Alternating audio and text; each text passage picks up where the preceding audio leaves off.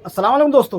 Corporation election करीब आ चुका है और शहर के आवाम की ज़ुबान पर बस एक ही सवाल है कि किसको कितनी सीट मिलेगी। और वहीं पर शहर की आवाम ये भी इल्ज़ाम लगाती है कि किसको कितनी भी सीट मिल जाए पर नदी के उस पार से गठबंधन किए बगैर सरकार नहीं बनेगी। पर क्या असली विलन शहर के लीडरान हैं? क्यों इस तरह से होता है कि हर बार गठबंधन के लिए नदी के उस पार के लोगों को बुलाना पड़ता है? 84 सीटों पर इलेक्शन लड़ा जाता है, जिसमें से सिर्फ और सिर्फ 15 सीट नदी के उस पार की होती है और 69 सीटें मालेगांव सेंट्रल की होती है। और मालेगांव शहर के आवाम को एक इतनी सी तौफीक नहीं होती है कि वो इन 69 सीटों में से 42 सीट निकाल करके दे देवे किसी एक पार्टी की, के मालेगांव शहर के लीडरान को नदी के उस पार के लोगों से गठबंधन ना करना पड़े। बहुत अफसोस के साथ ये कहना पड़ता है कि इसमें टोटल गलती जो है शहर के आवाम की ही है।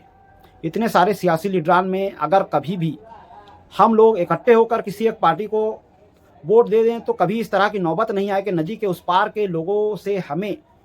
गठबंधन करना पड़े, क्योंकि गठबंधन के लिए फिर वो लोग ऐसी ऐसी शराइत रखते हैं जिसकी वजह से तरक्याती मंसूबे नदी के उस पार चले जाते हैं।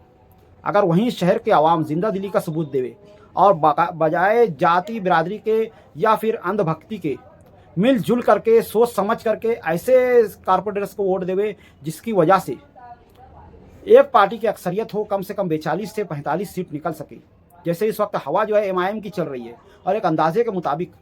38 से 40 सीट के आसपास एमआईएम की सीटें निकल सकती हैं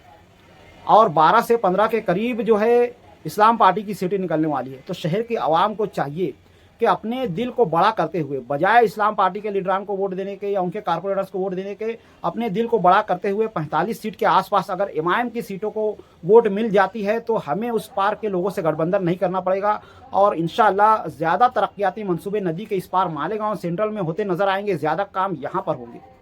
ज़रूरत इस बात की है कि हम लोग जातिवादी बिरादरी से और इन सब से निकलें और ख़ास तौर से आज़ाद उम्मीदवार या समाजवादी पार्टी या फिर ऐसे छोटी मोटी पार्टियों को बिल्कुल भी वोट ना दें जिसकी वजह से हमारी एकता भंड हो। इस वक्त जिस तरह से शहर के हालात हैं, एक के बाद एक मुसीबतें वगैरह आ रही है, उसमें ज़रूरत इस बात की है कि अगर हवा एमआईएम की चल रही है तो हमको ये चाहिए कि हम एमआईएम को फुल अक्सरियत से जिता करके लाएं।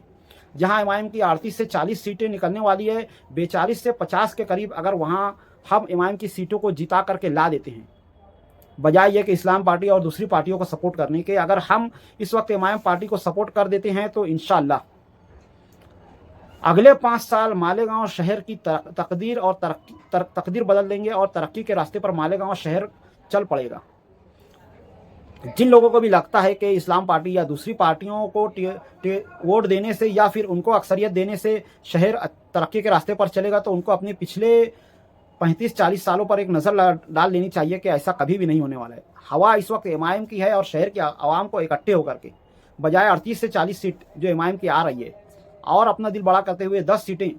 इस्लाम पार्टी को ना देते हुए 10 कारपोरेटर्स एमआईएम के और जिता देते तो इंशाअल्लाह हम लोग अक्सरियत से जीत करके आएंगे और इंशाअल्लाह मालेगांव शहर में एक ऐसी पार्टी जन्म लेगी जो बगैर गठबंधन के जीत करके आ जाए। इस बारे में आपका क्या ख्याल है, कमेंट में ज़रूर बताएं। अजान हो रही है, मिलते हैं अगली वीडियो में, तब तक के लिए खुदा हाफिज़। अस्सलाम वालेकुम व रहमतुल्लाहि व बरकातहू।